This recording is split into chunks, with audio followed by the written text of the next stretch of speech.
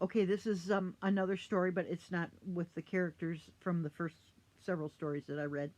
This is called The Onion Poultice. Minnie and Ivan were worried. Their only son, Austin, was very ill. The doctor had made a house call and told the parents that Austin had pneumonia.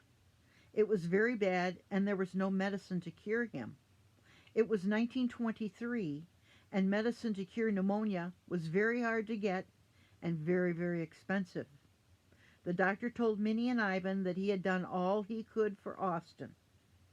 After the doctor left, Minnie's mother, Grandmother Pittman, said, Austin is our only boy. We are not going to just watch him die. We're going to make an onion poultice. I have seen it work before in situations like this when you need to break a high fever. She picked up baby Austin and headed towards the kitchen. Ivan, she said, get me the wash tub. Minnie, fill the bucket with onions from the back porch and start coarsely chopping them into the big fry pan. The back porch of the home was not heated and was used much as we use a refrigerator today. There was venison hanging that Ivan had shot on a hunting trip, as well as ducks and rabbits. Potatoes, parsnips, beets, and other vegetables were stored there also. Grandfather Pittman had grown them in his large vegetable garden. And there were lots and lots of onions. Minnie filled her apron with them and headed for the kitchen. Ivan brought in the round galvanized wash tub that was used for many things, including giving baths to the smaller children on a Saturday night. Grandmother Pittman laid a clean towel on the bottom of the wash tub. She removed Austin's clothes and laid the baby in the wash tub. She surrounded him with clean towels to keep him warm. Minnie was cooking the onions in the big fry pan.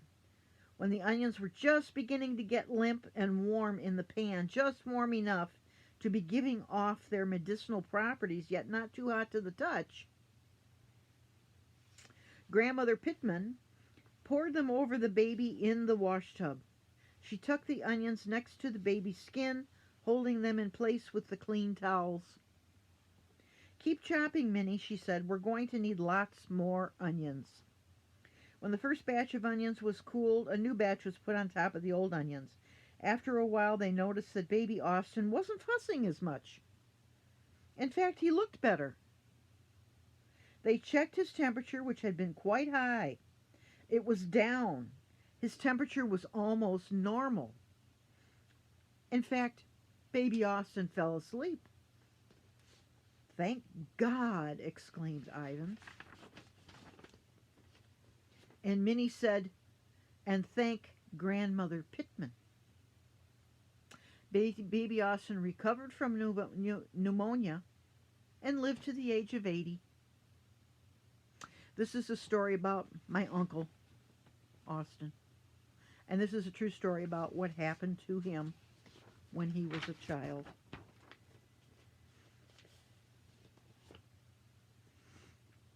The next story is called The Kite. It was a clear summer day in Port Rowan. The sky was blue and there was a wonderful breeze. It was a great day to fly a kite. Austin and his friend Bobby decided to make the biggest kite ever. They found some used 2x4s and an old canvas tarp in the barn. With a hammer and some nails, they fabricated a huge and very heavy kite. How would they fly this heavy kite? Bobby, who was older than Austin, said, I know what we'll do. I'll ask my brother if we can use his truck. We'll pull the kite behind his pickup truck. Do you think it will work? Asked Austin. We don't know until we try, said Bobby. So they found Bobby's brother, Howie. Howie agreed to try to pull the kite behind his Model T Ford pickup truck. They decided to go to the schoolyard where there was lots of room. The field where the kids played baseball was perfect. They tied the rope attached to the kite to the back of the truck. Howie was driving the truck, and Bobby and Austin were in the back. Bobby held the kite up against the wind, and it began to lift into the air. Go faster, Austin yelled to Howie. Faster. Howie drove the truck faster across the schoolyard. The kite flew higher and higher into the sky. Then something unexpected happened. The kite was so big and the truck was going so fast that the kite lifted the truck off the ground.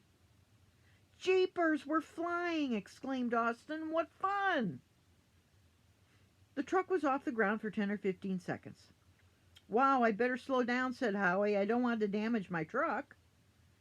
Howie took his foot off the accelerator pedal and the truck lowered down to the ground. Howie, go faster, yelled Austin. Let's fly again. The boys whooped and yelled and laughed out loud. Their truck was flying. Who would ever believe that a kite could lift a truck off the ground? But it happened just that way.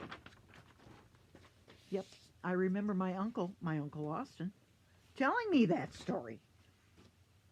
That they had a truck and a big kite, and off it went. And he said they couldn't believe that the truck was off the ground. True story. Yeah, back from 1934. Yeah, old, way older than me.